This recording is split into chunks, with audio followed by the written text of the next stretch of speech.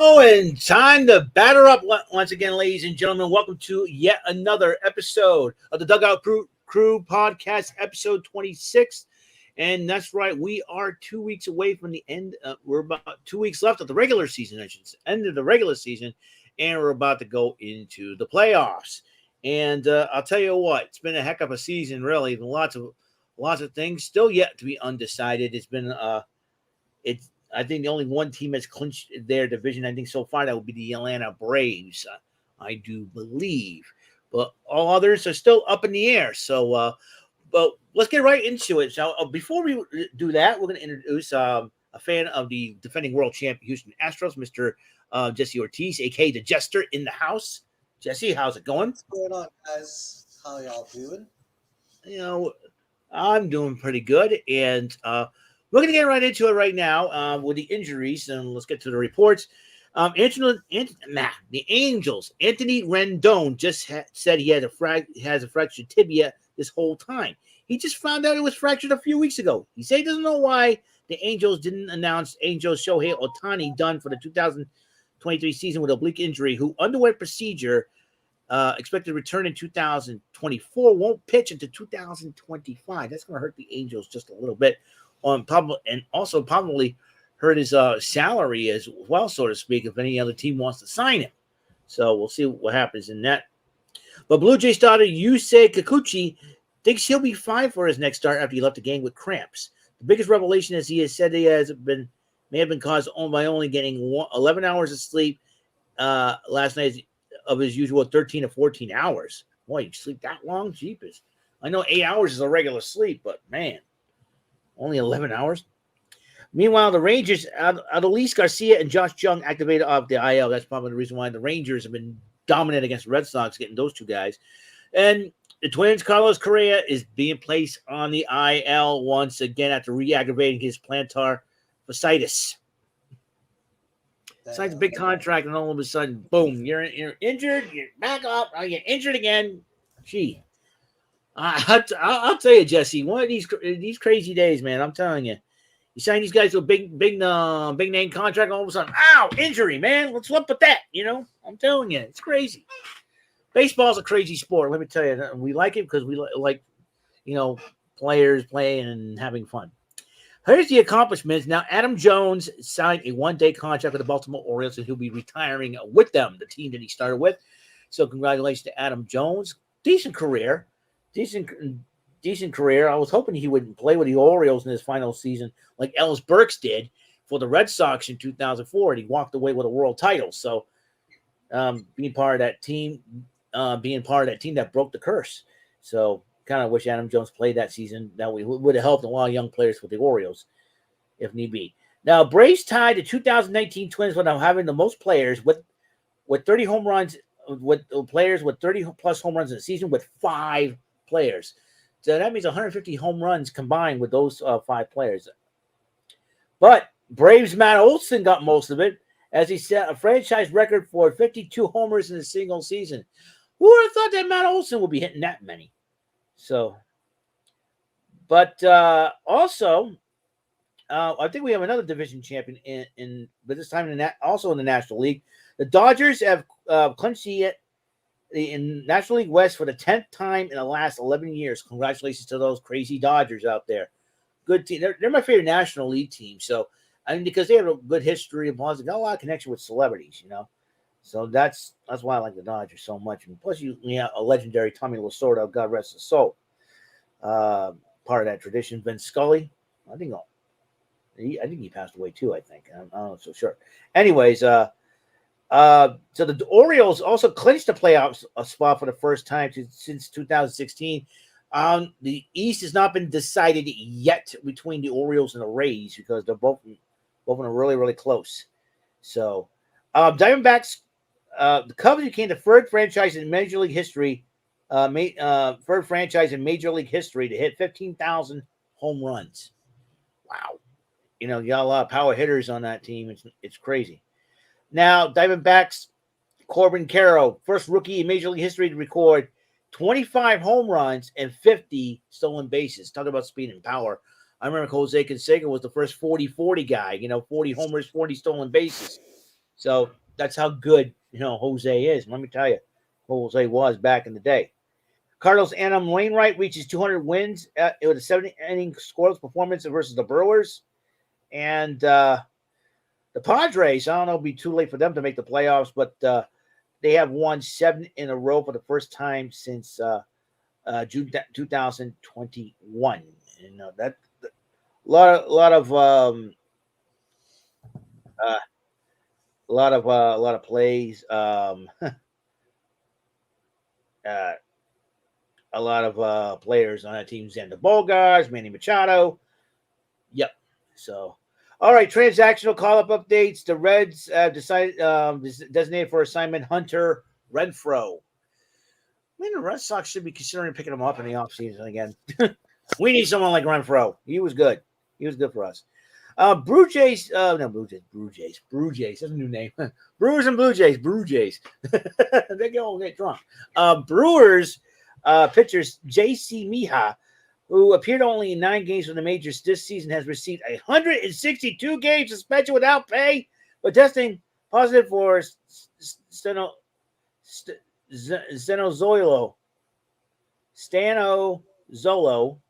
Major League Baseball announcer. Testing pop. Oh boy, that's a years another PED. Seasons worth of suspension. So that's one guy ain't gonna play next year. He's probably gonna be won't be playing at all next year. That's for sure. That's gonna hurt the Brewers a little bit.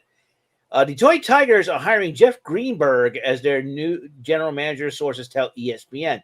Greenberg, who's currently an associate GM with Chicago Blackhawks, worked with Tigers president of baseball operations Scott Harris with the Cubs, and will be his number 2 in Detroit. So I think that's a good move with Scott. Hopefully, Greenberg will probably help the Tigers a little bit, try to turn that franchise around. In other news, the Oakland Athletics need 75% of the vote in favor of their relocation to move to Las Vegas. Gets interesting, but people want the owner to sell the team. They don't want. They don't.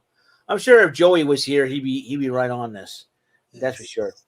But then the Rays have set a deal for a new stadium in downtown St. Petersburg. Hopefully won't be as bad as Tropicana Field with that. I believe, speaking of which, the Royal Rumble is going to be in Tampa Bay next year, so that's going to be a huge deal. Cool. And finally, in the other news department that David has sent me, the Angels will finish under 500 the 8th year in a row, longest active streak in Major League Baseball. Oh boy.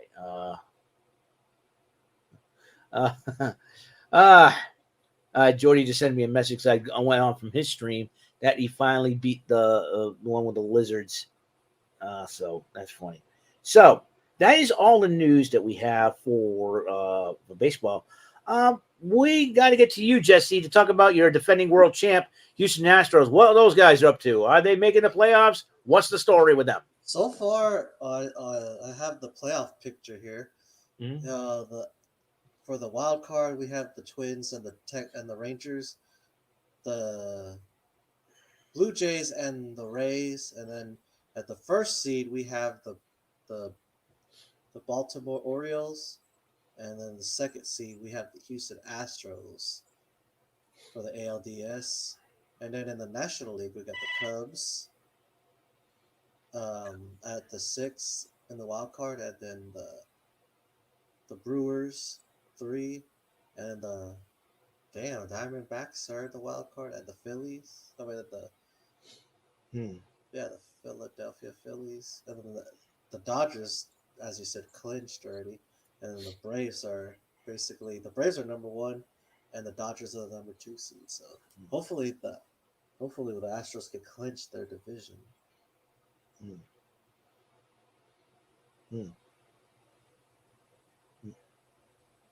Well, we'll see what happens, man. I'll tell you what. Right now, I'm looking at the standings here so far. The Orioles are 2.5 ahead of the Rays in the division. Twins 9 games ahead of the Guardians, and In American League West, the Astros. Oh boy, the Mariners and the Rangers.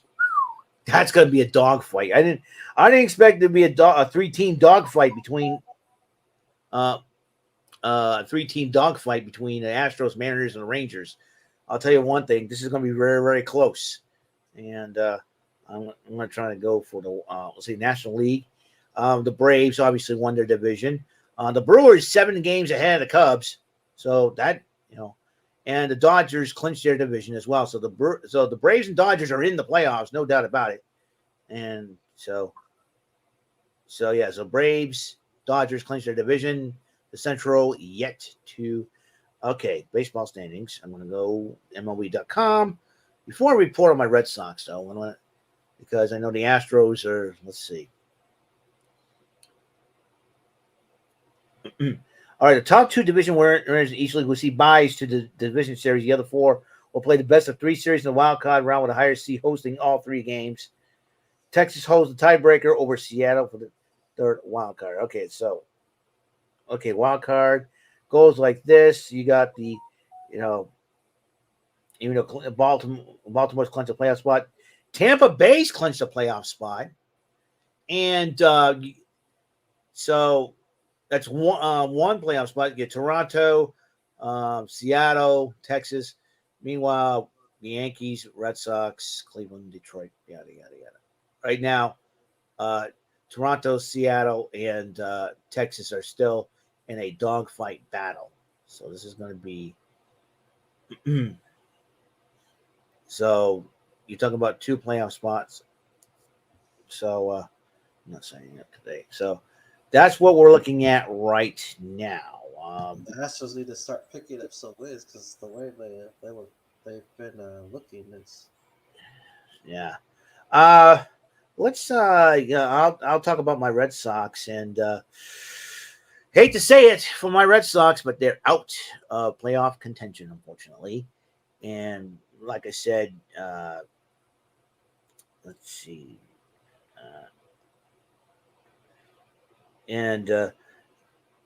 So what's been going on this past year? Astros did a number on the Red Sox, taking 2 or 3, I believe, against them, because one. No, you guys swept the Red Sox. Excuse me. Meanwhile, Dodgers took 2 or 3 in August. You're talking about September. The Royals. Well, we took 2 out of 3 against the Royals. The Rays took 2 of 3 against the Red Sox. Red Sox took 1 of 3. Orioles took 2 or 3 against the Red Sox. The Yankees took 3 of 4 against the Red Sox. That's why we're in last place. Blue Jays swept the Red Sox. The last 2 games were on walk-offs. Meanwhile, the Texas Rangers, however, took 2 of 3 against the Red Sox as well. In fact, Red Sox got clobbered last game, 15-5. Damn. I'll tell you what, they get their offense. And having Garcia and Josh Jung back in that lineup really did. But we got tomorrow, I think today, Red Sox have off. Tomorrow, there is a game. We're back at Red Sox back in Fenway for a 3-game series against Chicago over the weekend. 7:10, Saturday 4:10, and 1:35 p.m. And meanwhile, Red Sox, even though they're not making the playoffs, they could play spoiler in the final games, the final 6 games of the season. But against the final 2 games at Fenway Park will be for the regular season will be against the Rays, 7:10 and 6:10. Meanwhile, they'll finish the season with the Orioles in the 3-game series at Camden Yards. So we're talking, we're talking very, very. So the Red Sox, all they can do is play spoiler for either for the Orioles or the Rays or both. It all depends. Chicago, hopefully we can beat them, but hopefully the Red Sox can beat them. I think right now the Red Sox should focus on trying to stay out of the basement. Right now they're in the basement once again. And Yankees are at 500 ball. The Red Sox are below it. So this is going to be one it's been one heck of a season. Dogfights in the biggest dogfight it happens to be in the American League West right now. Astros have a lead by half game over Seattle and Texas. So I know you said that Houston's going to need to pick up some wins. You're right. Because if they don't, one of those two teams, Seattle or Texas, could end up walking away with the West. Yeah. So they're gonna have to really, really step it up. Yeah. I mean, and Even Rangers love against the Royals because the Royals could play spoiler the next 3 yeah. games. So yeah, sometimes the worst teams could get to us. Like in the beginning, towards the beginning of the season, Red Sox ran into a problem with Pittsburgh. And because we know that Pittsburgh is one of the teams that don't do well in the regular season sometimes. And I got to tell you, this season is really tough on Boston. Injuries have been happening. We traded away a few players and it could really, really hurt us in the long run for Boston. Boston just fired Chaim Bloom, so there's going to be a lot of stuff needs to do in the off season, definitely. And I got to tell you, it has not been. It has not. Like I said, this year has not been good to Boston. Boston did fight along, but right now, the last few games, man, the Red Sox have been struggling. I mean, the Red Sox lost on a couple of walk-offs against Toronto, and that is that's really, really, really, really hurtful to them. And that's you got Red Sox could have won the game against Toronto, I believe, Saturday. But a ball, you put Ceddanne Rafaela, one of the top prospects for the Red Sox farm system. They called him up, and he misplayed the ball. The ball went over his head. So it's like, and they gave, you make mistakes like that, you give Toronto a chance. Teams like Toronto a chance to come in and to really do some damage, and that's been the problem too. So we have a lot of young players. We had Tristan Casas on the IL. I think he's going to be done for the season for shoulder inflammation. So that's could be because he's been hitting with power pretty good. So and he probably was overdoing it, and probably reason why it hurt shoulder. But I tell you, Jess, this is going to be a heck of a season. It's going to be been a tough season for Boston, but Houston, you guys got some interesting situations. I know Verlander is back with them, is he not? Yeah, he's back. Yeah, he's back with them. So hopefully he can anchor that rotation and get it together. We don't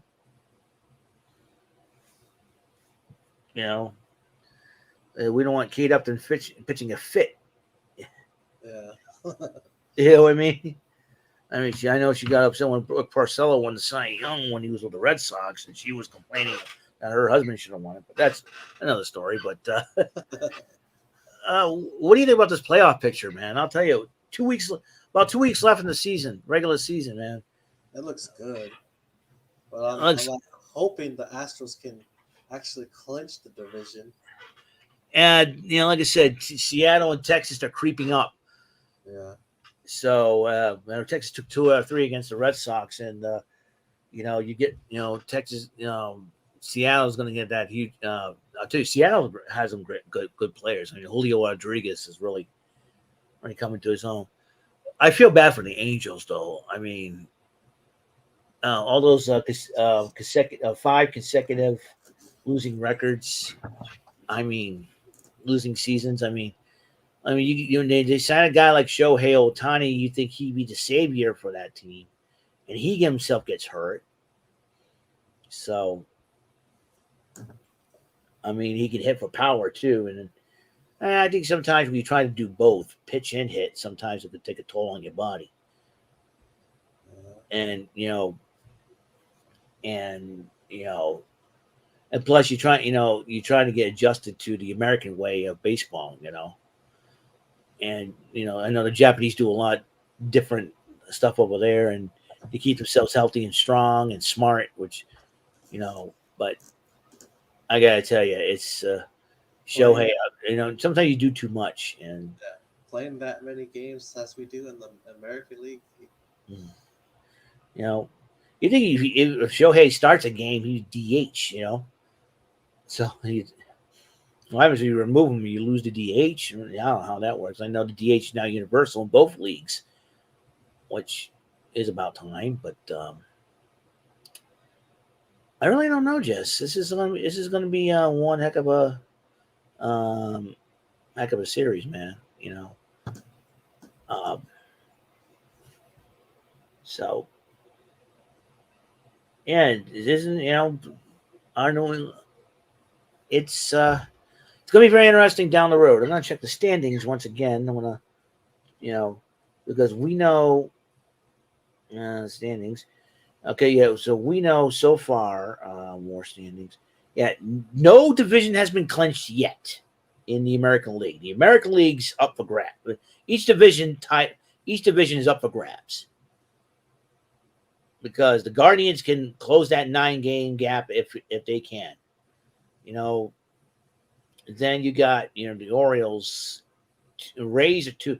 The Rays were the team with a hot start, like 13 wins in a row in the first couple of weeks of the season, and then all of a sudden, Orioles start. Like I said, like I talked about, we was discussing it all season long. The American League East is flip flopped. You just see the Red Sox and Yankees battle for that division supremacy. Division supremacy. Toronto usually stays in the middle, but they start climbing, and then Orioles and Rays just linger at the bottom. Now it's total 180 for that division. If I never thought the Orioles would be the team. The team used to be a pushover for Boston, and then they started pushing people around, and they started getting.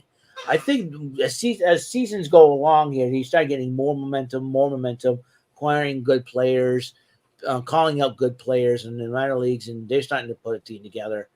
So, like I said, they made the playoffs. The Orioles and Rays have both made the playoffs. They're the only two, but like I said, divisions have not been decided yet. I know one wild card is decided. All right, and I'll check the National League. Like I said, Dodgers and Braves clinched their divisions. The Central still up to grabs with the Cubs 7 games out. So that's that. Let's see. Standings in the wild card. So yeah, the wild card right now. So yeah, the wild card. We're gonna see. All right. So yeah, so Baltimore did clinch up the playoff spot. So did Tampa Bay. So right now, Texas, Seattle, and Toronto. Texas is a half game ahead in the wild card race. Toronto, Boston is obviously out. So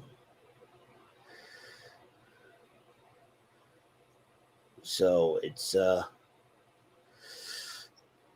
it is. So we're talking about the National League wild card.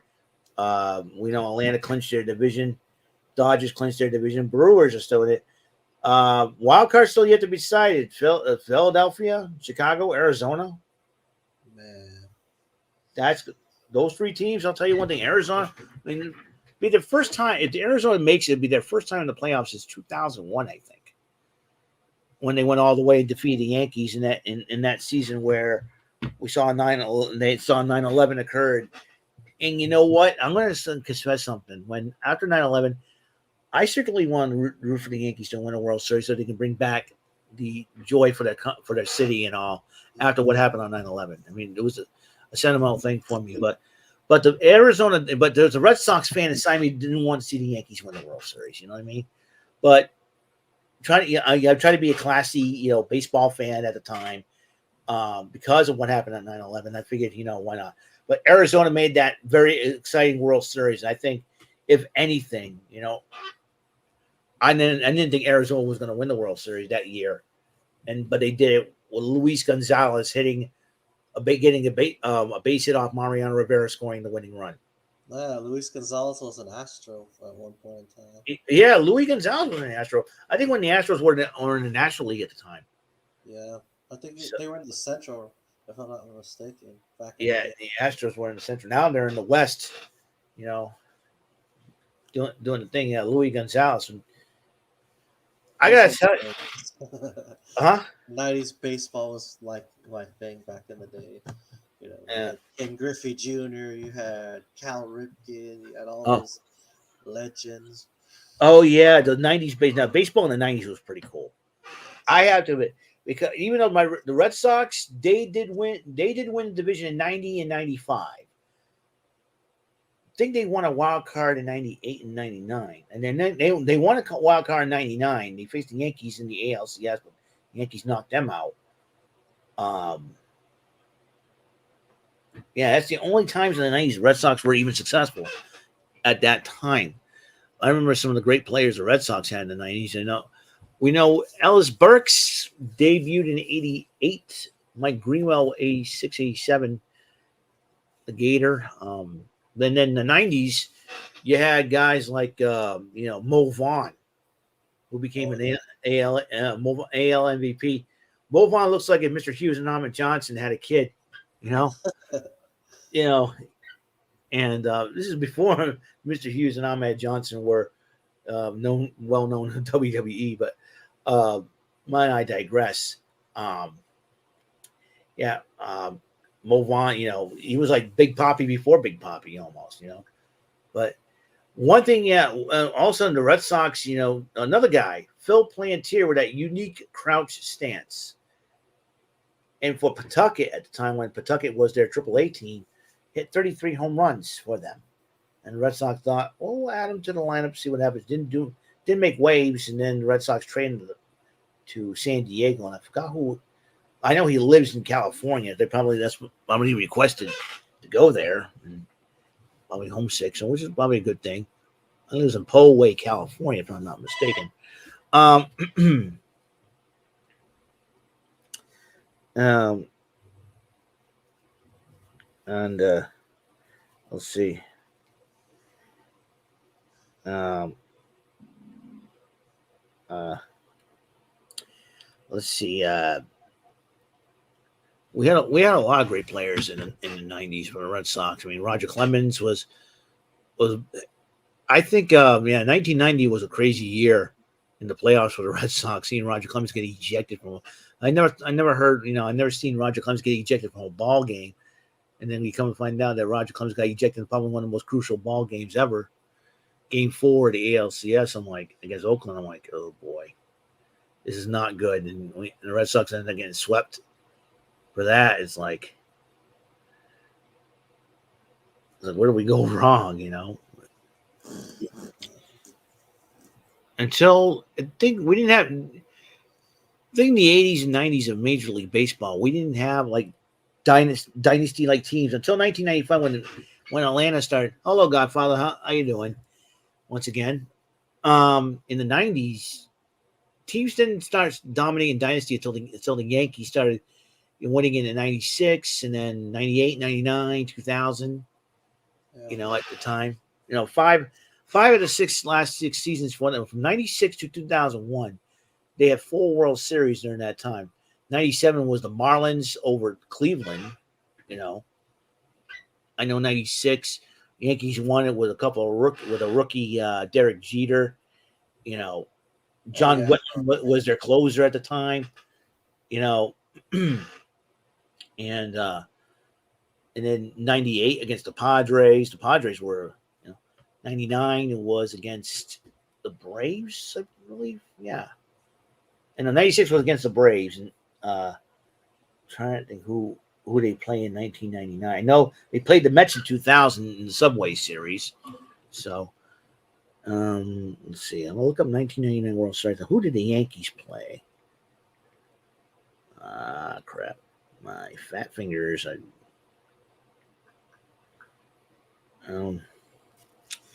It was the champion New York Yankees. 95th edition. The Yankees and it is the Braves. I got it. The Braves and the Yankees had their rematch in 3 years because and yeah, we had a lot of great players. Like you said, you mentioned Ken Griffey Jr. Yeah. Nolan Ryan was doing this thing in the Yeah. 90s. He was still doing his thing. He was firing no hitters and striking out people like crazy. I remember, kind of find out now Nolan Ryan struck out 5,000 batters. I'm like, what? That would have been one guy I would have loved on the Red Sox with Nolan Ryan. I think Nolan Ryan was one of the best major league pitchers without ever winning. Yeah, he never won a Cy Young, which was a shock. Without winning a Cy Young and a World Series. I don't think I have heard anything like that before. Nolan Ryan, okay? This man's a Hall of Famer, but he's not won a World Series or a Cy Young. He fires 7 no-hitters and struck out more than 5,000 batters in his career. Now you tell me, I was like, I'm surprised that he did not leave the Astros or the Rangers. You figure, he would be like an asset down the road for any other team to help them win the World Series. And probably, I am thinking to back up his mind, he'd be thinking, do I want to win a World Series for my team? I want to win a World Series for a team like him. He didn't want to leave Houston. I know he's been with the Astros for a long time. I wonder if Nolan Ryan. Let me say Nolan Ryan. Okay.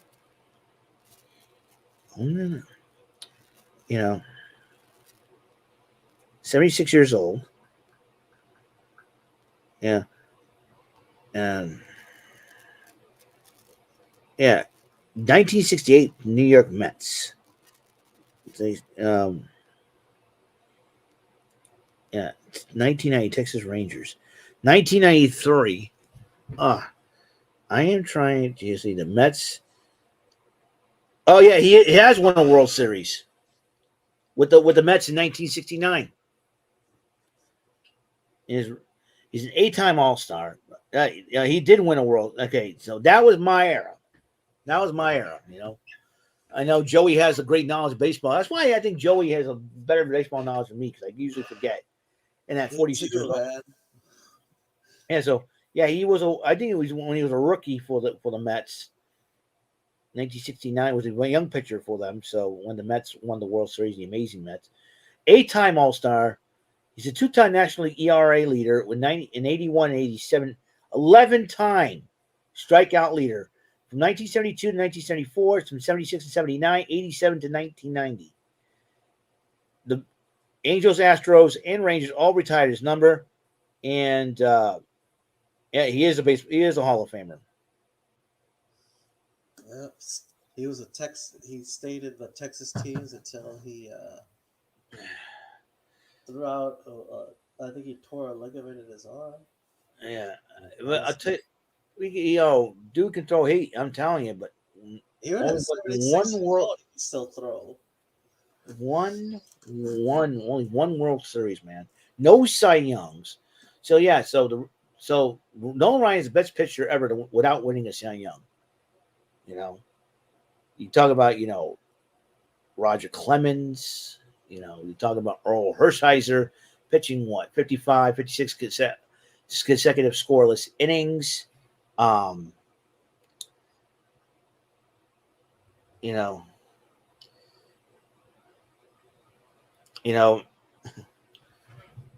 considered one to be great his whole time. Ryan was a right-handed pitcher who consistently threw pitches that were clocked above 100 miles per hour. He maintained his velocity throughout his pitching career. Ryan was also known to throw a devastating 12-6 curveball at the exceptional velocity for a breaking ball. That's why I think the dude has been pitching. He's 7 no-hitters. 5,714 career strikeouts. Talking about almost 6,000 career and 7 career no hitters. Got inducted in '99, first ballot, definitely 90% of the, and let's see, and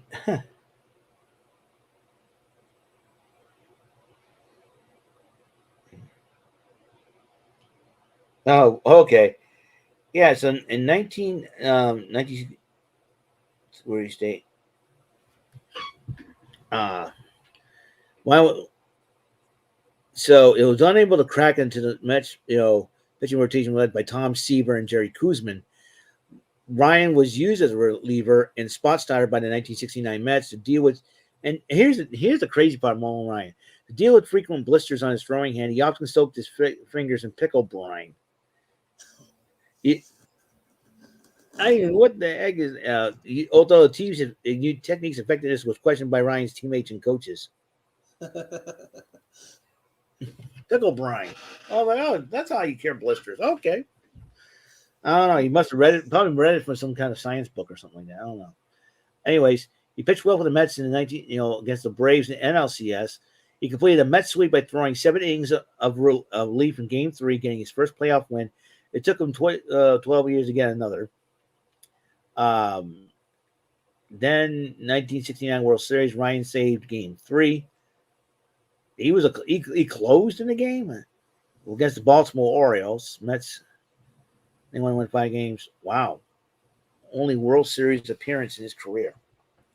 Wow. First only World Series when he became a champion there. Oh, he still has that ring.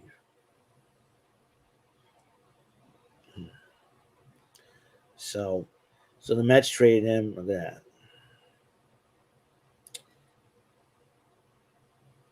I'm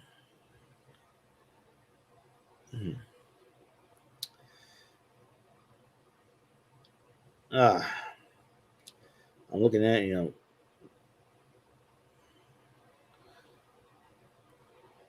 everyone's been like Nolan Ryan back then. I had a friend of mine practicing baseball.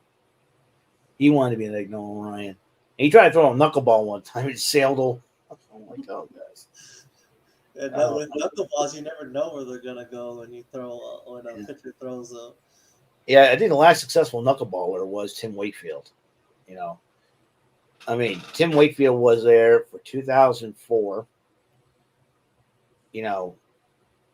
When the team broke the curse, and then 2007, I think he was hurt, and I believe he did give up a roster spot for I think John Lester at the time. So, and we saw also in the 90s, going back to baseball in the 90s, we saw Toronto make history. Oh yeah, Joe Carter. Yeah. Let's go 1992 when they won. They were the first team outside of the United States to win a World Series. Yeah. Because they So, and then 93, you got the Joe Carter home run. Holy crap. Oh, yeah. I remember I had a baseball card of him hitting that home run. Oh, yeah. I kept that card. It was like one of those. I know the video for YouTube's still up about that Joe Carter home run. That's probably when, Mitch Williams. I know Philly fans are very, very awful. I think they had a lot of death threats against him, which is crazy. I was like, why?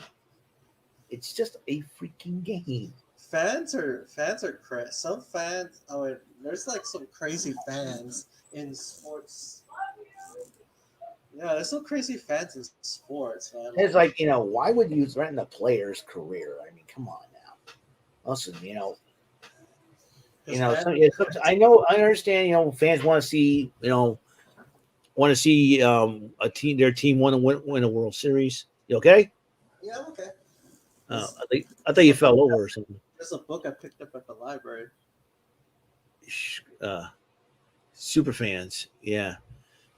Obsessive sports fandom. Oh, there you go. You know how crazy fans can be. Yeah. Yeah. So, yeah, I'm not upset. I feel sad I feel frustrated. The Red Sox have not won the World Series until recently, until 2004. But I was like, their time will come. To me, it's nowadays. It's like, okay, I think it's, they make mistakes. Key players are needed, and hopefully, injuries they all come apart. And they're all part of the of the game, and so so I try not to be really too obsessed, but like I said, I like baseball when I was a kid, and I still like it now, and get to play games. Like, okay, you can make up your own teams, make up your own players in video games, which really super cool. Also, You I can, do NBA 2K. I like to, I like to build my own franchise and see if I could like build a team. yeah.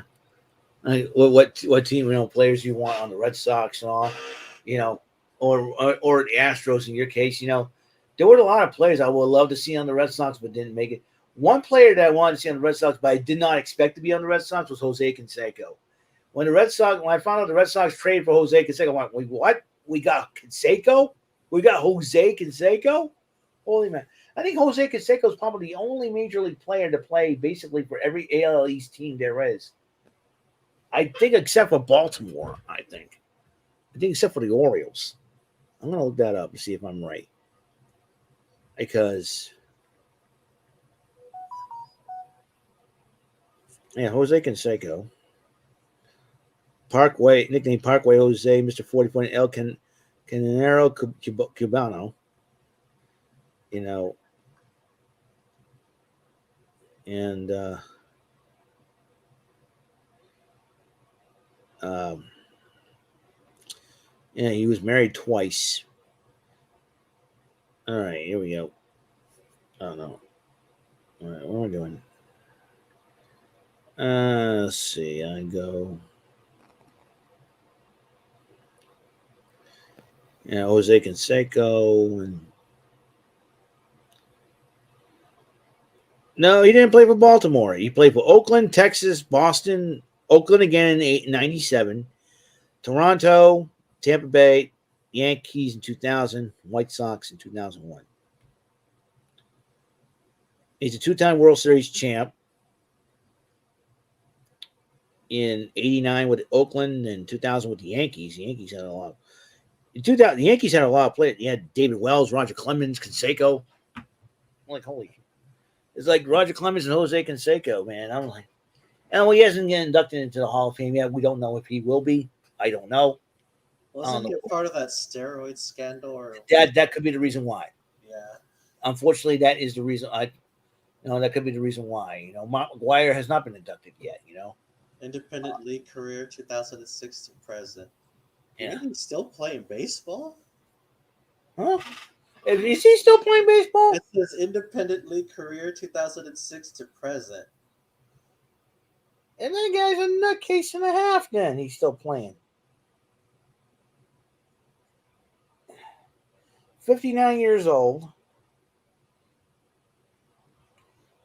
I'm trying to figure out. He even played.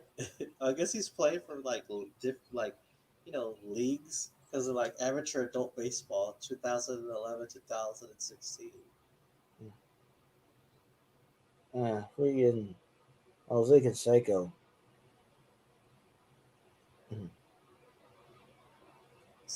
Some players don't know when to let go. I'm telling you, if he's.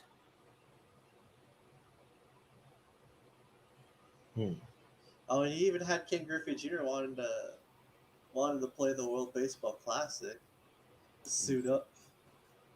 And I wonder if there's still any power left in Griffey.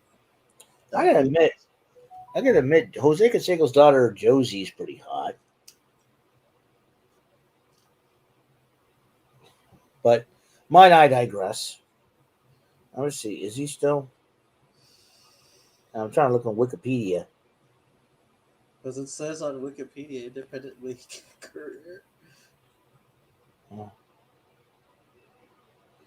Uh, well,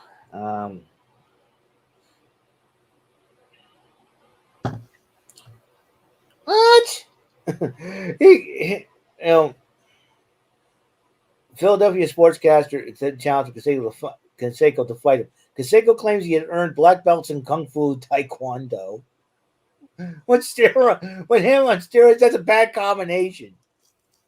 He also was it. He also fought Danny Bonaducci in Pennsylvania 3-round match boxing match. He, like karate and kung fu, practiced Muay Thai, as far as describing himself as an expert with nunchucks. Canseco, and he got a baseball bat. What is he talking about? And he made his mixed martial arts debut at Dream 9 in 2009. He fought 7'2", 7'2" kickboxer Hong Man Choi as part of Dream Super Hook Tournament. Oh, and Canseco would lose the fight after slipping and tapping out Choi's ground and pound. You Jose Canseco. I can't believe this guy. He had the goal in an MMA fight to fight a guy 7'2". All right, what the heck is next? The good thing is 2019. All right, what's next? Somebody calling out Jose Canseco from the WWE's. I want to fight you. Logan Paul versus Jose Canseco. That's it, man. It reminds me of the time when I saw Danny Bonaducci in TNA when he had that feud with Eric Young and he slapped. And Danny Bonaducci in TNA. That's crazy. Yeah, he bit that fan's finger. Like, yeah. And March 6th, that was my birthday. Canseco was on. Yeah. Canseco defeated Tom Celebrity Boxing Federation bout in Springfield, Massachusetts. He launched a Twitter campaign and hopes to get invited for Springfield behind the Mets GM. He wants to go to the Mets and then. A mixed martial art record. 0. He 1 loss. Oh boy. Yeah. I think the only one that was successful celebrity in MMA was Jason David Frank, going 0-4, or going 4-0. Yeah. There's only mixed art. And Jason David Frank, I got to, God rest his soul and all, but let me see. Yeah, him. Let me see who else has not been inducted yet. Mark McGuire, obviously. You know, Canseco McGuire were known as the Bash Brothers. When Canseco came to the Red Sox, I was really excited because when Mo Vaughn was in that lineup at the same time, I figured him and Mo Vaughn in the lineup be like the modern day Boston's version of the Bash Brothers. They'd be whacking a lot of home runs, you know. I remember it was a game against Detroit. Mike Gardner threw a brushback pitch, and Canseco kind of looked at him like, okay. Next pitch, I'm knocking it out of the ballpark. Next pitch, boom, he whacks, and I was like, next time, don't brush back Jose Canseco. If you dare him to pitch a pass ball down the middle, he's going to park it over the green monster. So it's like. Another one that hasn't been inducted in is Barry Bonds. Obviously, Barry Bonds, you know, he just wants to play. I think Barry Bonds, he just wants to play baseball. He doesn't care. He doesn't care about the media and everything else. He just wants to focus on baseball, playing baseball, and that's been his thing. I mean, obviously, him and his father hold the all-time home run record for father combination. He's also the all-time home run record holder, passing the late great Hank Aaron. I mean, because of the steroids and all that, a lot of people. I think what the problem is that sometimes if you act like a jerk from media, they'll badmouth you and they'll do whatever it takes to discredit you in everything. And I think that's the ultimate problem. Back then, sometimes if you're the main star, you have that ego, and you start being a jerk to everybody in the media. They'll trash you. They'll spread rumors about you and all that, and stop being a celebrity, and especially being in sports nowadays. And if being a major league ball player, definitely, like I say, like people love David Ortiz. They love the guy. Guy smiles, has a good time, and all that, and he has a lot of fun. And I remember, him joking around, dissing Booker T. Let's go Booker T. and all that, and he's got that big smile. I remember they videoed him getting a phone call from the Hall of Fame committee telling that he's going in, and it was like one of the most beautiful moments. It was really cool to see him go in. And listen, he turned the Red Sox franchise around. Ever since the Red Sox picked him up in 2000 for the 2003 season, you think, okay, what this guy? I know this guy can hit, but he wasn't getting much playing time until the Red Sox had to trade away Shea Hillenbrand because they knew they needed pitching. Yeah. At that time, I think Brandon Lyon and Young Kim came over in that trade, and Young Kim, I was worried because the Yankees did a number on him in the World Series when he pitched for Arizona at the time. So, and he was their closer and gave up a couple key home runs, I think, to Brocious and Jeter. I think Tino Martinez hit one off him too, if I'm not mistaken. So, I'm trying to. Yeah, if Joey was here, he would help us out, and because Joey, like I said, Joey's got more of an extensive knowledge. Because of everything happening in my life, changing and whatnot. Baseball's kind of like been on the back burner for me, but I've always been, I always try to keep up with the Red Sox and all, and yeah. Sosa's another one. Who? Sammy Sosa's another one. Sammy Sosa, him and McGuire in '98. That was a heck of a year for baseball because it was between Sosa and McGuire. And the fun part about it is they were always great friends. They always, support each other and all that, which is good. Great sportsmanship has never been. There's never I'm going to beat this guy's home run record, but they went back and forth. Like who would be the one that end up? It's like who's going to end up leading the league for good, and it will end up being McGuire hitting 70 home runs. It was like that is unheard of. 70 home runs in one season, man. Oh, and then Barry Bonds breaks it with 73. I'm like, what the heck? What's next? Somebody, what's that? Matt Olson next season going to hit 80 home runs in the season? I'd like to see someone try that. You know what I mean? Matt Olson hit 60. Was it last year? It was last season was Aaron Judge with 62 homers. Oh, damn. And then Matt Olson, he's got Matt Olson. If they keep him in that lineup, and he's healthy in that lineup, he's got an opportunity to hit over 60 home runs again. And I think that could that could happen. No one's actually hit that many home runs, right? Since since Bonds and all them. Yeah. Aaron Judge first one to hit 60 plus home runs last year since Bonds did it. You had Bonds was the first one since Sosa McGuire hitting a lot of those 60 plus home runs, but now Matt Olson, we could have back-to-back seasons where somebody has hit 60 plus home runs. Matt Olson's 9 homers away from doing so. If they keep pitching to Matt Olson, making mistakes, he's gonna make them pay for it. And Matt Olson's one of the reasons why I think the Braves are. The funny part is they lose Freddie Freeman, all right, and he goes to the Dodgers via free agency. You replace him with Matt Olson. Matt Olson whacks out of the ball. We got Ronald Acuna Jr., who can hit, but he keeps getting hurt. He gets getting beamed, especially by Florida, the Miami Marlins. They have a little history with that. And then Ozzie Albies Jr. I gotta check out the Atlanta Braves, lineup because they are just phenomenal right now. Jordan Alvarez is another one that's a power hitter. Yeah, for the Astros, right? Jordan Alvarez, yeah.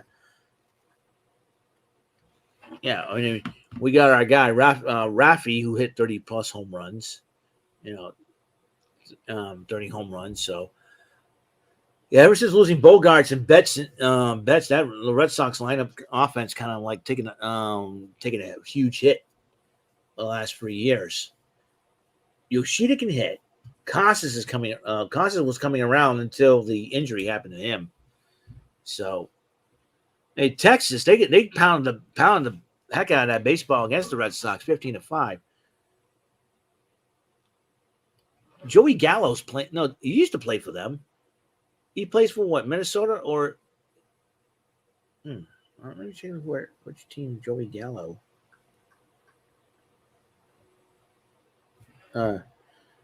Yeah, he's playing for the Twins right now, first baseman. Right now is 177 average, 21 homers, 40 RBIs for the season. Oh boy.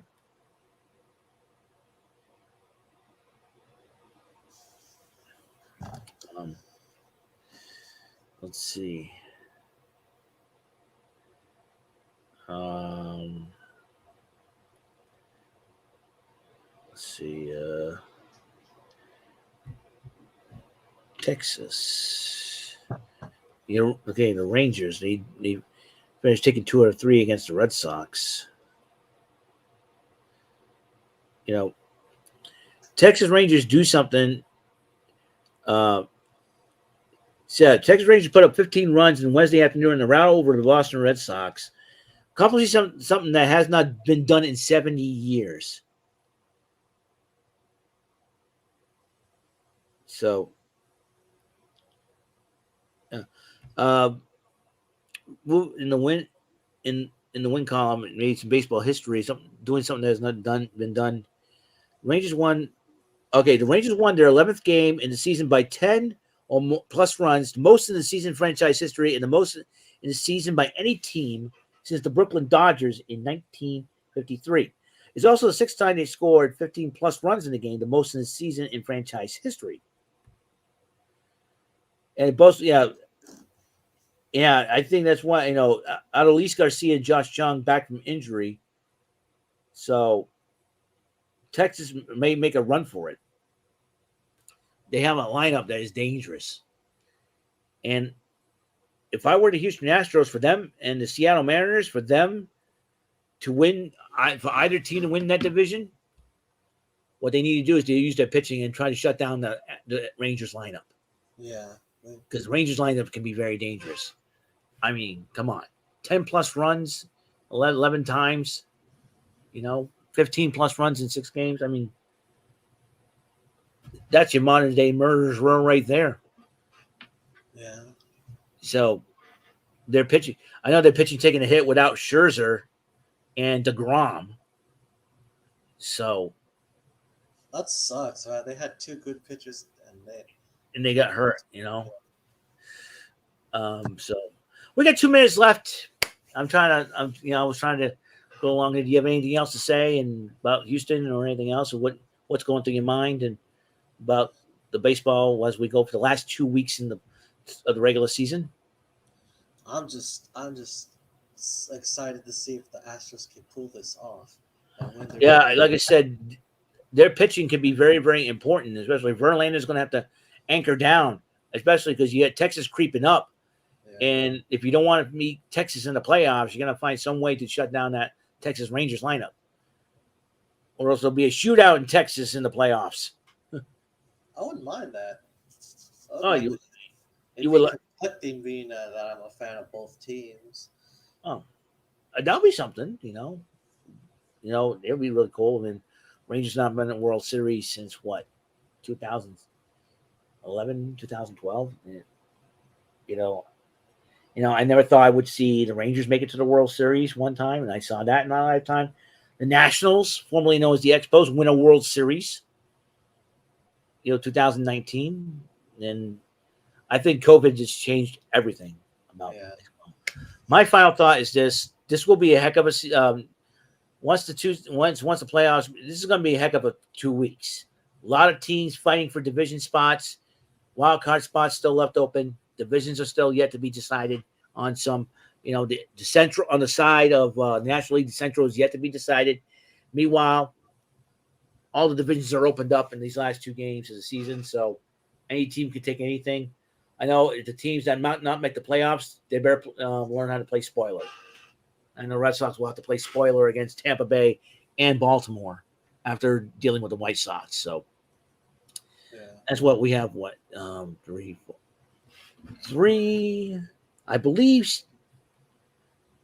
9 games left this season for the Red Sox. 9 games left, I believe.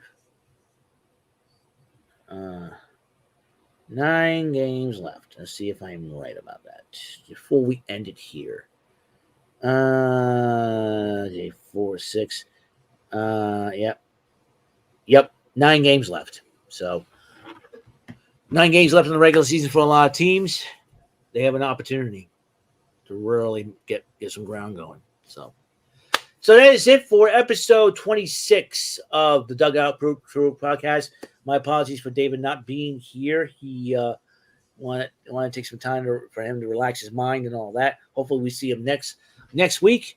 So for Jesse Jester Ortiz and myself, have a great and wonderful day, and until and hopefully your life hits you a home run. See you later. Goodbye for now from Dugout Crew Podcast.